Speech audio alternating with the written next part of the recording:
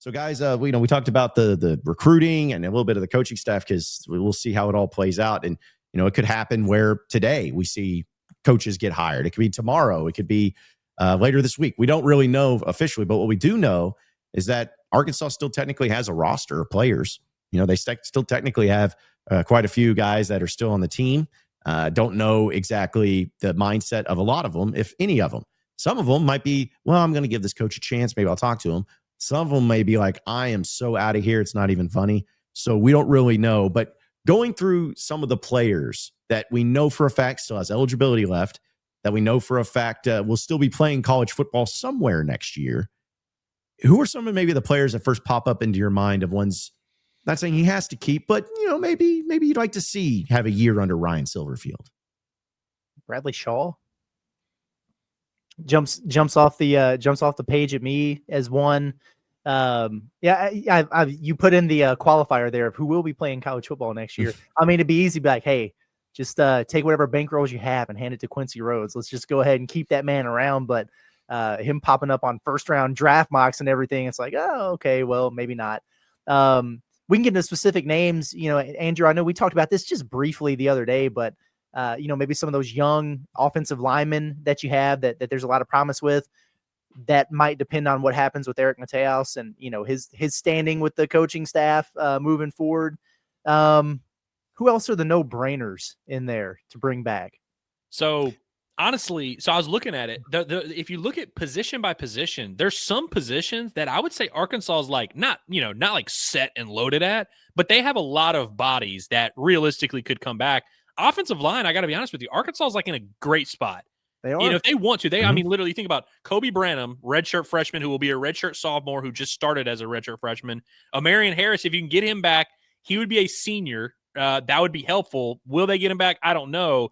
Caden Kittler, he'll be a senior. I don't know if you want him or not, but that's another guy you could get back. Cash Courtney, the freshman, Blake Cherry, the freshman, two guys that the previous staff loved. I don't know if Silverfield will love him, but guys that were pushing for playing time as true freshmen, Shaq McCroy, Brooks Edmondson, Kavion Broussard, all three of those guys played legitimate snaps this year. Broussard, by the way, got like a ton of reps in the Missouri game the other day, which I thought was interesting. So that's like 9 names I just listed off. Now, that's not your entire room. You'll definitely want to bring in some guys and fill in some holes, but that's a lot of bodies to start with. D-line, not many guys that have played. I like the two freshmen, Reginald Vaughn and Kevin Otis, but they didn't play a ton. But I would imagine that's just a body you bring back. Ian Giffard, Charlie Collins, what do you guys think? I mean, I think if you're going to have one of those, maybe Charlie Collins, just because he's still he was just a second-year player. But yeah, Ian Giffard is kind of at what point do you just say, hey, this ain't it? It's he's been given a lot of opportunities to get on the field, and we just haven't seen a whole lot from him. It's because what was the guy? Ken Talley, the man that got punched. It's he's technically a guy that I think he has a year of eligibility. Yeah, left, so it's could he come back? It's some of these guys. It's almost I just want to see more of them because I didn't feel like we saw enough of them this past year. But at the same time, your D line wasn't very good, and there was not depth, so everyone should have played, and you just didn't make anything happen. Yeah, I think I'm all for the. Go ahead. No, you go ahead. Curtis. Oh, I was just gonna say. No, you first. I was just gonna say I'm all for the Charlie Collins idea. Sure, why not get him back? All jokes aside, with Ian Giffard, bring him back. He's played a lot of SEC snaps. You had zero depth whatsoever. You know how expensive it is to go out and build that thing through the portal, which you're going to have to do because you're not going to be able to rely on a bunch of freshmen on the defensive front next year. So if you have somebody who can play for you, bring him back, but it can't be a deal where you're going into the season thinking, okay, this is our top interior defensive lineman. If I'm Silverfield, how many times did he replay that film in highlights of this is the standard of what we want to be here as Memphis Tigers with his backup quarterback dragging Giffard's butt across that first down line. So, if I'm Silverfield, I'm probably looking at it going, yeah, you can have a spot on the team, dude, but you got a lot of work to do before we're really going to be able to count on you going into next year. Sorry. Yeah, no, that's a great point. A lot of these names we're listing off, these are not star players that are oh yeah, got to get them back. But it's dude, you have a roster full of 100 people. You're going to need some second stringers. You're going to need some third stringers. You're going to need some of these guys to take some steps and maybe be a starter. And Charlie Collins is one that I haven't been particularly impressed with Charlie Collins on the field. Like, I think he's young in his career. He obviously got in that Texas A&M series as a freshman. Didn't go well for him. Thought he learned from that. He played a lot this year. Now, he played poorly a lot this year, but he played a lot. He's a guy that I'm intrigued by because he's so young. And I think on the D-line, you got to remember, like Quincy Rhodes, who is literally might be a first-round pick this year in his third year, he was unplayable as a true freshman because most true freshmen in the SEC are unplayable at the line of scrimmage. Then as a sophomore, started to make some progress. Now as a junior, he's a first-round pick.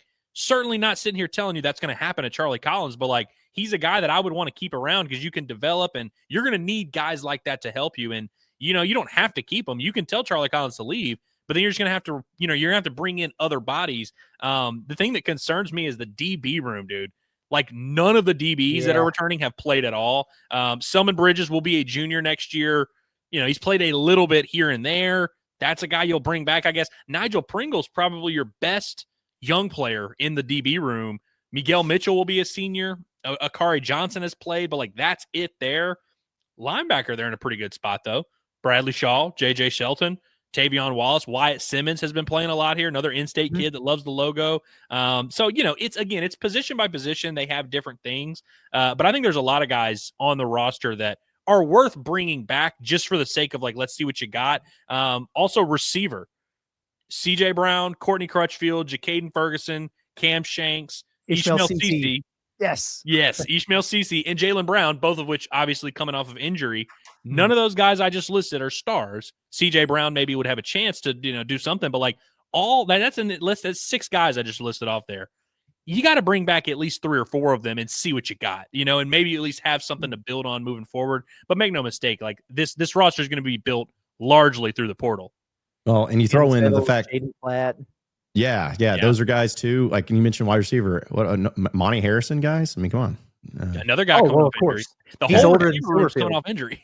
Yeah. Antonio Jordan, is also there too. But no, that's where really what the point was is like just looking at some of these guys where it's not to say that they'll be stars, but it's like you want to see where it goes. You may see like, hey, maybe this is something that plays out.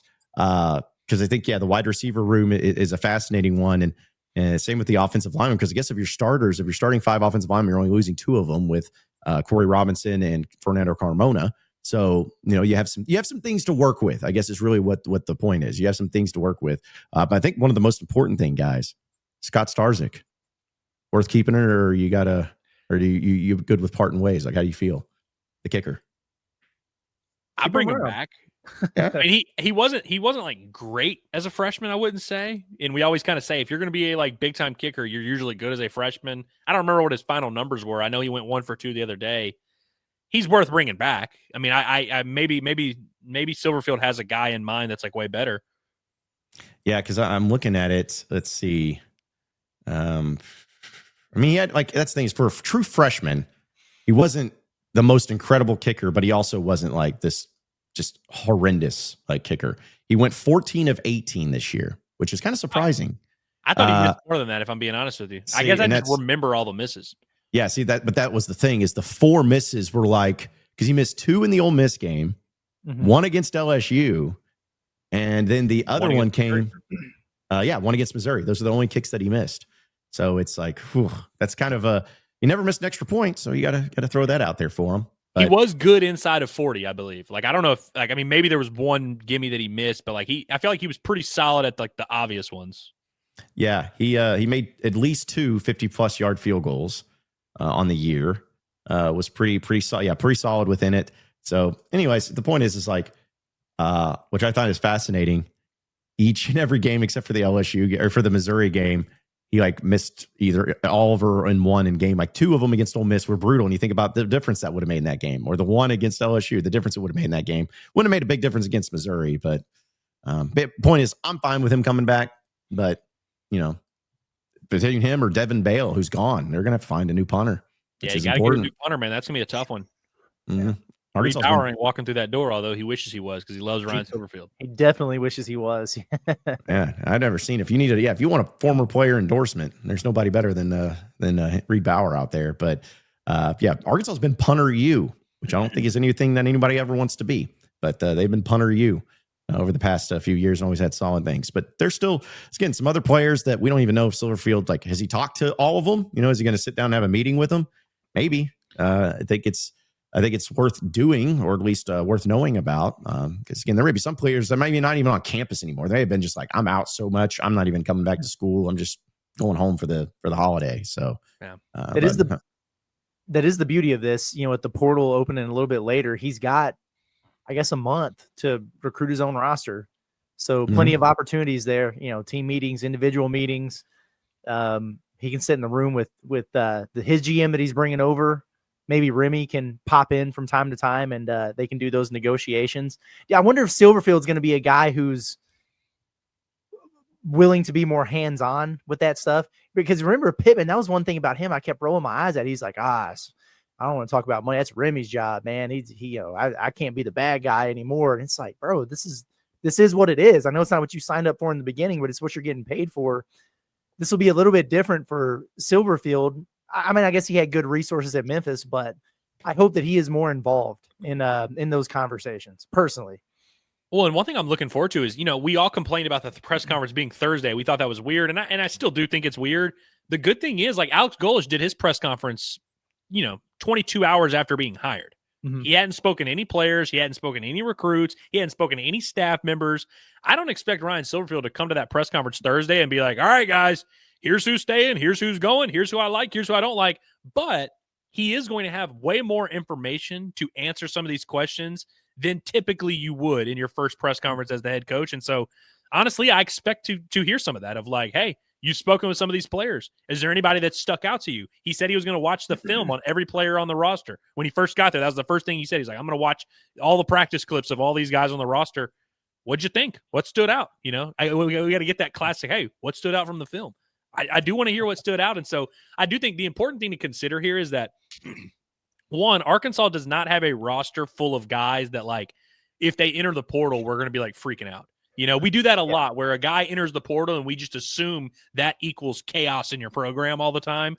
With turnover, that's not the case. But, like, there's not a ton of guys that of the guys we've listed out today, I'll ask you fans, like, are there a ton of those guys that you're like, we got to keep him? Oh, no, we got to keep him. Like, there's not many you feel that way about. So if Ryan Silverfield tells most of these players, hey, kick rocks, I don't have a spot for you here, we as fans shouldn't be that offended by that.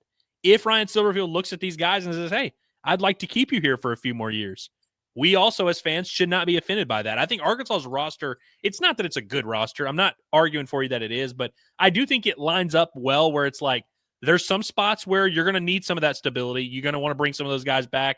You can kind of pick and choose from the other spots. But I like you said, like, for the next month, Ryan Silverfield gets to make a lot of these decisions. And I'm inclined to just kind of, whatever he wants, whatever his vision is, let's see what it looks like. And then when the end result happens after portal season, we can argue about it.